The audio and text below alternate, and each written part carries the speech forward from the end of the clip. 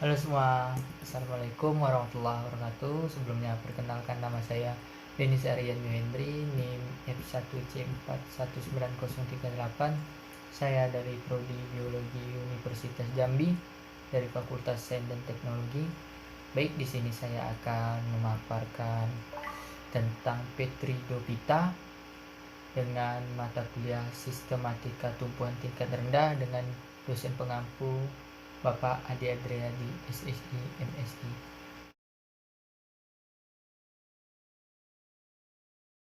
Yuk, gas ke materi, guys. Oke, kembali lagi. Jadi baik, di sini saya akan menjelaskan tentang Petridophyta, sistematika tumbuhan tingkat rendah. Yang pertama langsung saja kita masuk ke karakteristik dari Petridophyta. Petridophyta adalah tumbuhan paku yang bersifat kormus ataupun berspora yang dapat dibedakan antara akar, batang, dan daun. Petridophyta diambil dari kata pteron yang berarti sayap, bulu, dan pita yang berarti tumbuhan. Sesuai dengan artinya, Petridophyta mempunyai susunan daun yang umumnya membentuk bangun sayap atau menyirip, dan pada bagian pucuk terdapat bulu-bulu. Pada daun muda, daun mudanya membentuk gulungan atau meningkat, mengalami pergiliran keturunan atau metagenesis yang jelas dari fase gametofit ke fase sporofit. Dapat dilihat di pada gambar di samping. Pada yang ditunjuk nomor satu itu adalah daun dari Petridophyta, nomor dua adalah daun muda yang menggulung, tiga adalah sporangium ataupun penghasil spora, keempat batang, nomor lima ini maksudnya nomor empat ya, ini adalah batang, nomor lima akar, dan nomor enam ini maksudnya adalah akar. Ya. Untuk yang selanjutnya itu tumbuhan ini disebut tumbuhan kormus karena sudah mempunyai menyerupai tumbuhan tingkat tinggi seperti itu. Hal ini dapat dilihat dari bentuk tumbuhan ini sendiri, yaitu batangnya bercabang-cabang. Seperti ini sudah bercabang. Ada yang berkayu serta mempunyai tinggi hampir 2 meter seperti ini. Tingginya hampir 2 meter sudah berkayu. Ini nih spesies Physelotum nodum, paku purba. Yang kedua adalah sudah memiliki urat-urat daun, ada juga yang tidak berdaun atau daun yang berupa rambut seperti ini. Daunnya itu menyerupai rambut-rambut. Untuk yang selanjutnya ada rhizoidnya sudah berkembang menjadi bentuk akar yang sebenarnya. Yang dimana rhizoidnya sudah menjadi akar yang sebenarnya. Yang keempat, sudah memiliki berkas pembuluh, silem dan phloem dengan tipe radial atau konsentris. Jadi pada tumbuhan paku Petridophyta ini mereka sudah mempunyai silem dan phloem gitu dengan tipe radial atau konsentris. Maka dapat dikatakan mereka itu sudah menyerupai tumbuhan tingkat tinggi. Bentuk daun pada tumbuhan paku muda dan dewasa berbeda. Pada tumbuhan paku muda daun akan menggulung, sedangkan pada paku dewasa daunnya dapat dibedakan menjadi tropofil dan sporofil. Ini contoh daun yang sudah tua ya.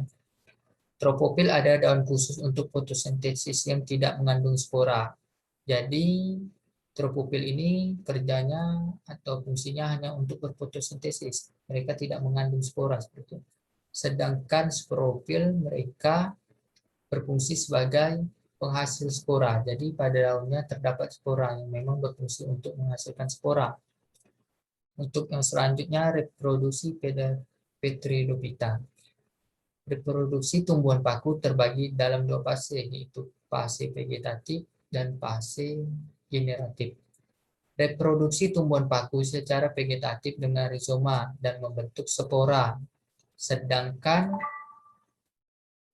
secara generatif dengan pembentukan gamet. Tumbuhan paku mengalami pergiliran atau keturunan metagenesis yang merupakan pengiliran keturunan antara generasi saprofit penghasil spora dengan generasi gametofit penghasil gamet.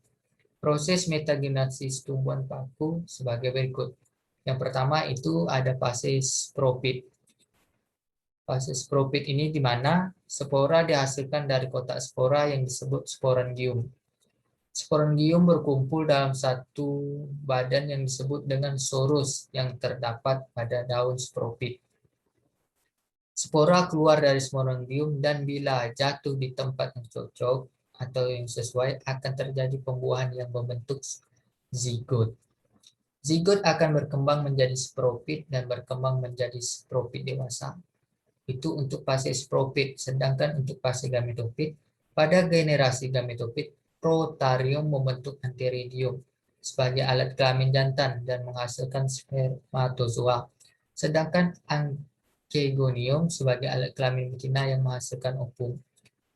Hasil peleburan antara sperma dan ovum menghasilkan zigot yang kemudian tumbuh menjadi tumbuhan paku baru memiliki akar, batang, dan daun.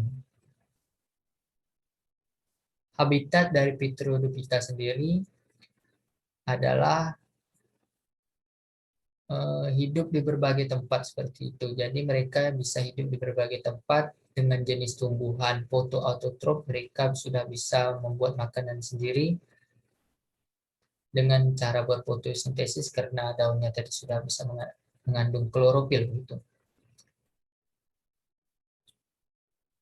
Mereka juga bisa hidup di permukaan batu, di air, tanah, dan ada juga yang menempel di pohon.